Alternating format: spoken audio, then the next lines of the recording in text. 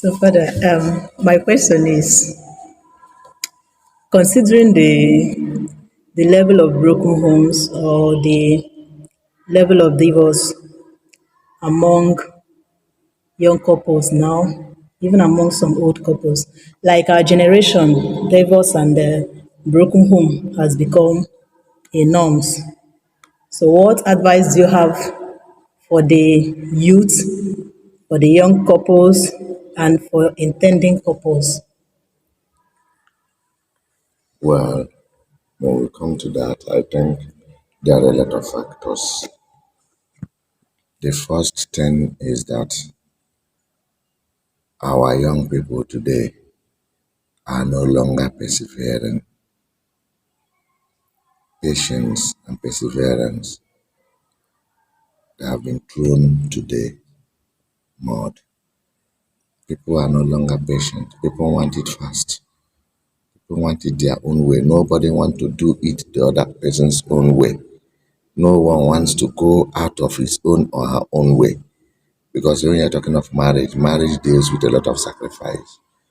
In fact, if you remove sacrifice from marriage, the whole thing will crumble. So both the man and the woman will be ready to sacrifice. And you can never offer any sacrifice without patience. Patience and endurance means a lot. So, and now I'm sorry, and most of the teachings today, you find out that people, our young people today can't endure. They can't endure. Ask a young woman or a young man to trek a journey of about 4 miles. The person cannot do it. So it's only when you can those endurance in the army, they have what they call the endurance trek. So marriage is something is an enduring something. And it's not just for 2 to 3, 4 years. And that's why by the time you see them living for 10 years, drop, there'll be cracks here and there. They can't endure, they can't move. So I think we should work on patience and endurance more. Then another aspect is getting rich quick. This issue of money. I continue asking ladies when they were wedding or who came from marriage course. For some ladies, they think that when they marry, all problems will be solved. But, but when you are marrying, that's when problem is being multiplied because you are no longer alone. You are now two, and when children are coming, you are three, you are four, you are five, you are six. So that 10,000 naira you were eating alone is a 10,000 naira you are now going to use for these six people. So how are you going to manage management? Management means a lot. How are you going to manage? Find out that most of our young people now don't even know how to manage. They have what I may call as Epicurean tendency. So let us have it today. Tomorrow, it may not be there. But in marriage, you have to plan. So that money you are getting now, you are planning for even the next 1 month with that money. So it's no longer Epicurean tendency. It's a matter of trying to conserve yourself and manage, no matter how, and then planning for tomorrow. It means a lot. Then the second aspect of it is again, I'll go back to the first also patient. You find out patients, you find out that some will say, I have stayed for 6 years, 7 years, 10 years, no issue. 6 years, 7 years, 10 years, no issue. I have seen people who have stayed for 20 years, 23 years, 25 years, and they are still enduring. They are still enduring. So it means a lot. It means a lot. So enduring is not all about maybe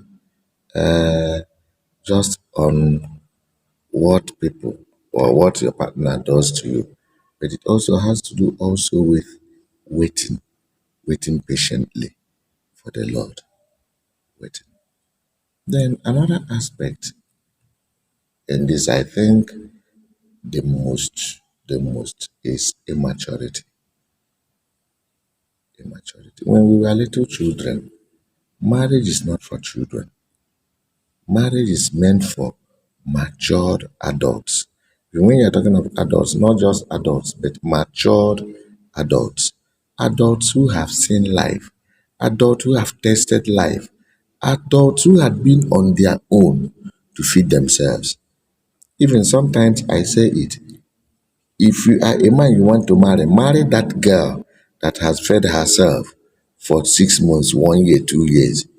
If you marry such a girl, she has worked, she has lived on her own, she has stayed on her own to know that that 1 naira I have to manage it for 6 months, for 2 months, for 3 months. Marry that girl. But if you marry a girl that tomorrow that is feeding from the parents, staying with the parents, whatever she needs, the parents will give her, you cannot. So also a young man that is being fed by the parents, if he marries tomorrow, he may not even know that he's married. So these are little things we ought to know. And then being able to face challenges. Life is a risk, life is a challenge. And I think challenges continue coming every day, every day, every day. And you cannot face those challenges without being tolerant. Be able to tolerate. It pains me. So many of our young people cannot tolerate. So many of our young boys cannot tolerate. Our young girls cannot tolerate. So I can't take it. I can't take it. If you can't take it, who will take it? Somebody must take it. So you need to. So all these little things they matter a lot. And it pains me the type of church we go today. So many churches are now teaching and preaching about progress. It will be good for you, it will be this for you, and we don't tell ourselves the truth. When you don't do the right thing, it won't be good for you. When you don't take the necessary steps, it won't be good for you. When you don't work for tomorrow, it won't be good for you. These are the issues. We need to tell ourselves simple truth. So you cannot just be there and it will be good for you. Yeah. So all those little things. And I think in the course content of our marriage course, I think there are little things we may place in. For me, a woman that wants to marry and you want to marry but you don't want to be under a man, that marriage cannot work. A man who wants to marry but you cannot listen, you're always telling yourself you are the shit omnia, you know everything. So even if you marry tomorrow, your wife, whatever your wife is saying, is not even to you. The marriage will hit a rock. So it's when we promise each other respect and love, which means you respect me, I respect you. You love me, I love you. So these things are vice versa. They are not just from one side. So for the man, for the woman, all these things are necessary. And again, let us bear one thing in mind. Marriage is not for sex. For those people who think that marriage is sex, sex is something that can last highest 1 hour. But marriage is greater than that. Marriage is greater than that. It deals with feelings, it deals with emotions, it deals with a lot of things. And you must be there. So let us learn, or they will help. It will help us. So this issue of I don't care. This issue of is just for sex. That's fine. Blah blah blah. Sex may enhance, but it will not. It's not something that will make your marriage. There are other things because after sex, there are a lot of things. Provision of food, provision of material things, provision of the home, your health care for the children, and all those things they are there. And I think also one having a kind of values set up for by oneself is also necessary. There are little values set up for yourself. See. A wife whom when your husband is sick and you know that your husband is sick, but you are always emphasizing his moving and getting you the material things of life, of earth and whatever.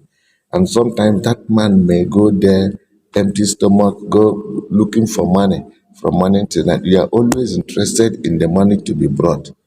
you're not interested in that marriage because I think the life of that man is greater than the money he brings. So sometimes you also look into the life of your husband and then think about it. Another problem we are having in marriage is that of parents. Parents and well wishers. Parents, relatives, friends. You find out that most times when I am reporting a case to anyone, I will report that case in a way to save my own face. I will report that case to make the other person to become the villain, the devil. And sometimes we solve marriage problems. Sometimes people solve marriage problems by not calling the people together. Call the two victims together, the husband and the wife, call them together.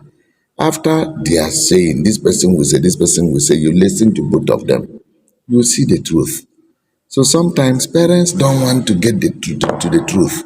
They begin to be on the side of their own son or their daughter. I want to save my sister. I want to save. No, no, no, no, no.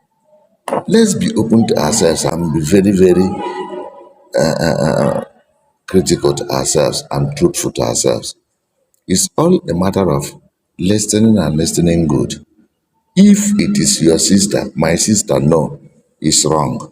If it is your brother, my brother, no, it is wrong. And that's one of the problems of most marriages collapsing is that the parents and the brothers and sisters of those spouses have never been truthful to them. Sometimes they use that adage, first of all, Zolaya first, get him, then after you can now castigate him or her at the back. It's wrong. The marriage is at stake. That family is at stake. Why not be open? Tell your sister the truth. Tell your brother the truth. See, look at it, and then you move. So there is no need palliating or giving palliative to whatever. Then what will be happening will be happening. So I think parents and relatives will still have a share. The way we handle matters also affects many marriages. Thank you. Thank you so much, Father. God bless you.